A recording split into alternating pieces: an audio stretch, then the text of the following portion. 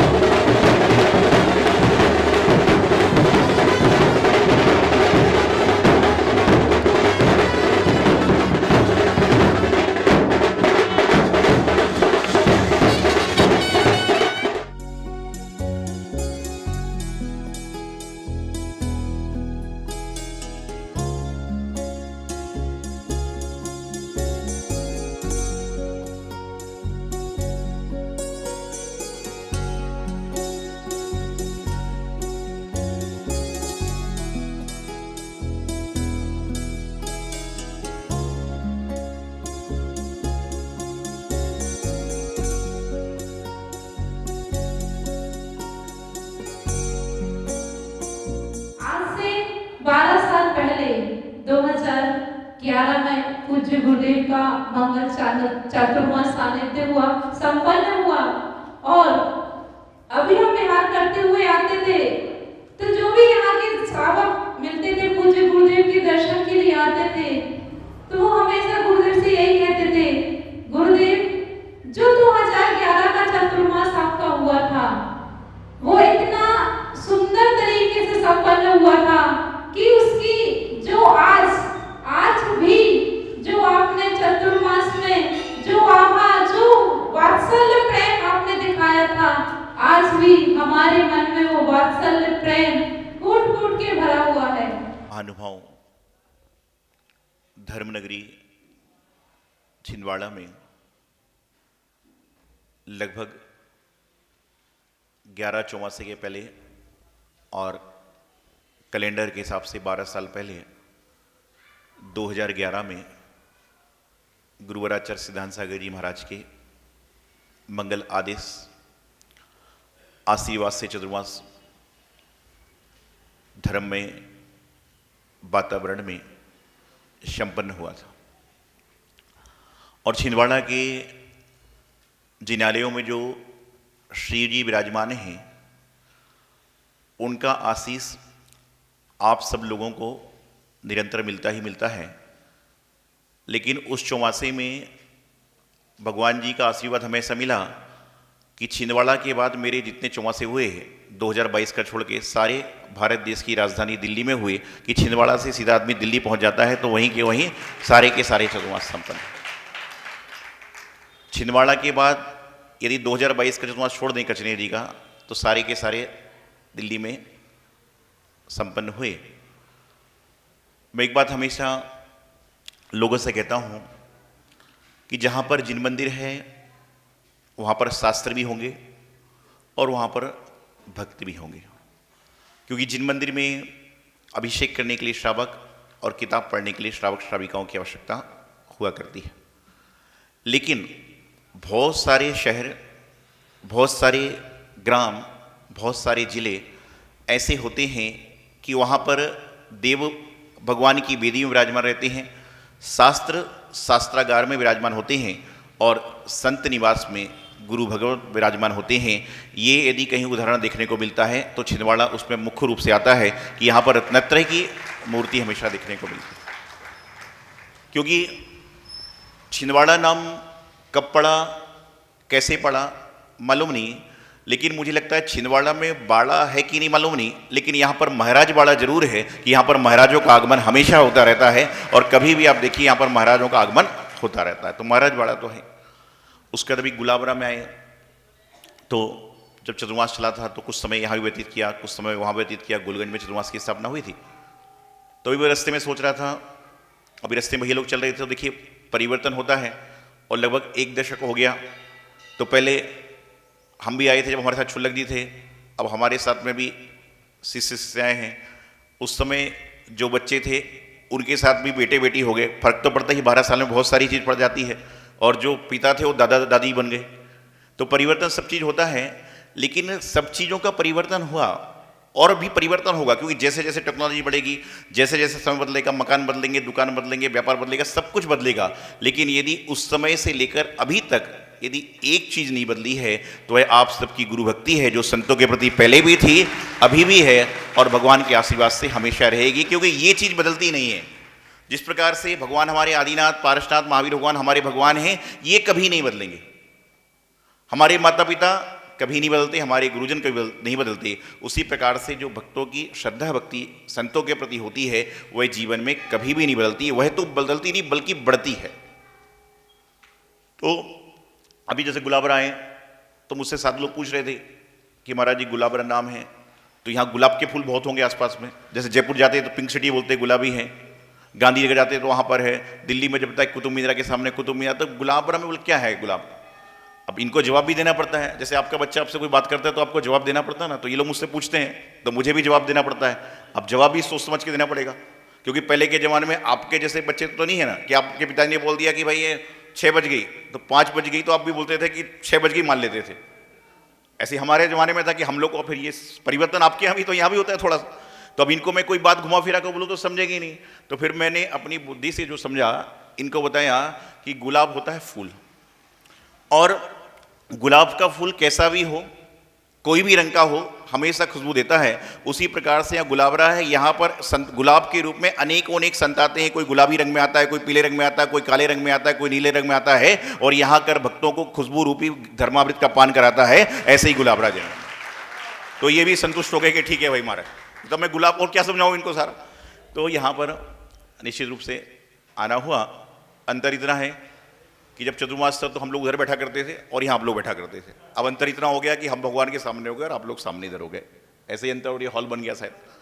तो जीवन में संतों का आगमन होना, आगमन होने के बाद उनके साथ गमन में सम्मिलित होना। और देखिए पहला शब्द है आगमन। आगमन में आप आ गए, आ हट गया, क्या रह गया, गमन। गमन में आप आ गए, गा भी हट गया, उसके बाद क्या रह गया, मन, कि आगमन में गमन में मन से सम्मिलित होगे तो आपके जीवन का कल्याण निश्चित रूप से हो जाएगा, नहीं तो बिना मन के चलोगे तो कुछ होने वाला नहीं है। कहीं पर भी जाओ मन से जाओ। हम हमेशा एक बात कहते हैं, चाहे आप एक बार जाइए, लेकिन एक बार जाइए तो वहां पर जाने के बाद में ऐसा करके आइए कि बार बार आप जाओ ना जाओ लेकिन आपके मन में वो चीज स्थायी हो जाए। आप फौरन घूमने जाते हैं, आप शिमला कुल्लू मनाली कहाँ कहाँ घूमने जाते हो, आप जीवन में एक बार दो बार गए थे, लेकिन आपको हमेशा स्मृति रहती है कि वहाँ पर ऐसा था, वहाँ पर दुकान ऐसी थी, वहाँ पर ऐसी थी।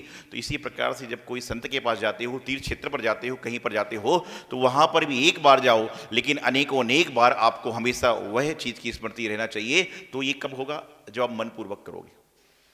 ये तो हमारे जिनागम में आचार्यों ने कहा है, मन ही इंसान की बंध का कारण होता है और मन ही मनुष्य के मोक्ष का कारण होता है। कि मन में बैठे बैठे इंसान जो है बंध भी कर लेता है, अशुभ कर्म का बंध भी कर लेता है, और मन से ही इंसान बैठे बैठे अशुभ से शुभ कर्म की ओर भी जा सकता है।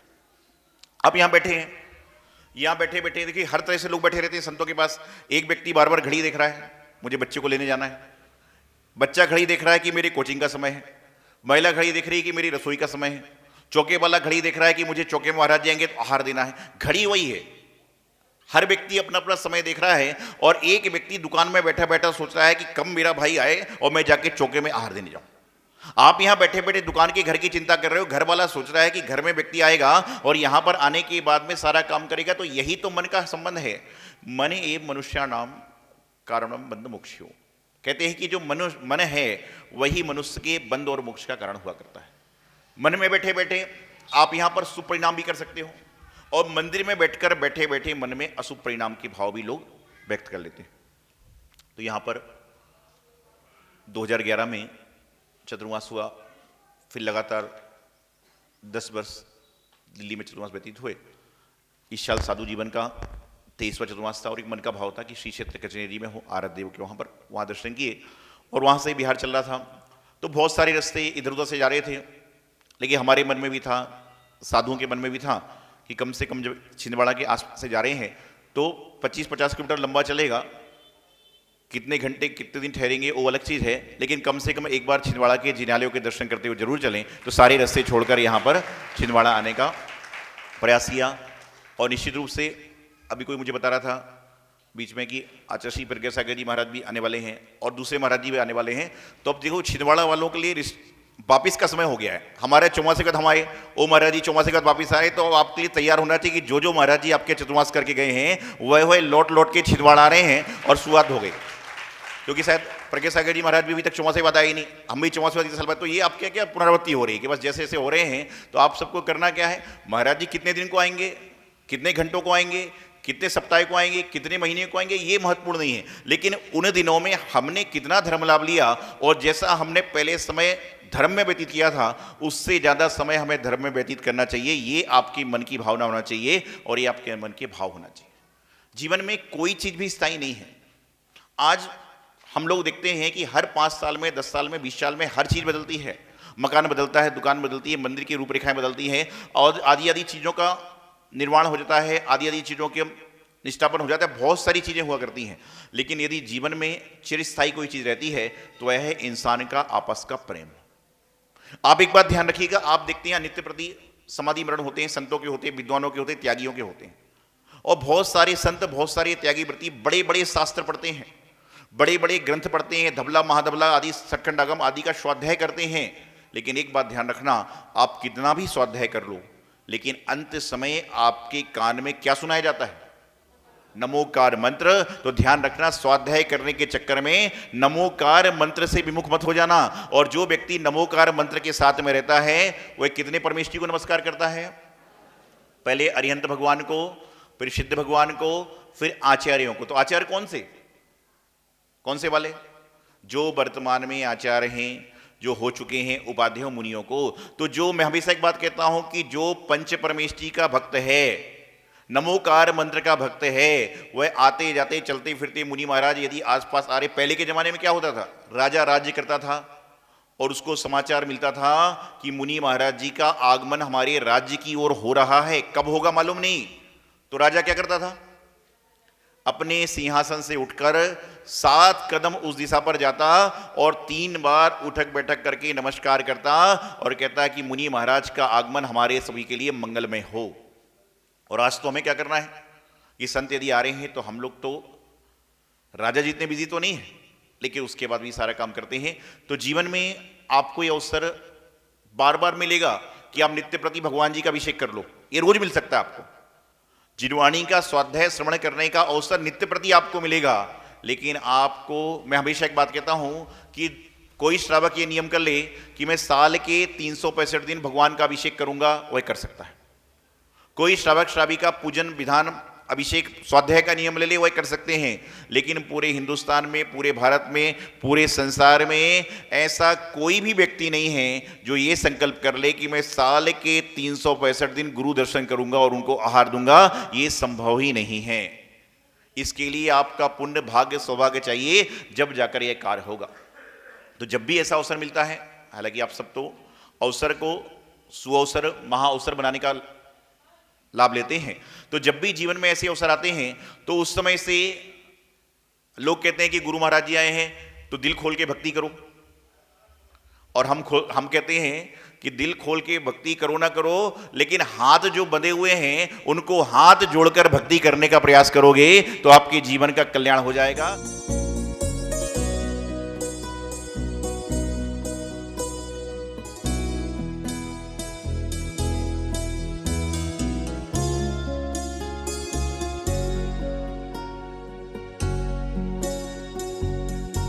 सौभाग्य कोहिनूर श्रीमान संजय जैन, श्रीमती ममता जैन परिवार, ग्रेटर कैलाश दिल्ली। सौभाग्य भक्त श्रीमान विजेंद्र जैन, श्रीमती निर्मल जैन परिवार, गुरुग्राम।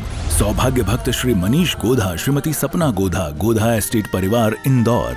सौभाग्य भक्त श्रीमती कुंती देवी जैन, श्री राजीव जैन, श्रीमती मीनाक्षी जैन, कावेरी जैन, उदय जैन, सिविल लाइंस परिवार, दिल्ली। सौभाग्य भक्त Shri Amit Jain, CA, Shrimati Anshul Jain, Anshika Jain, Anuttar Jain, green park परिवार, दिल्ली।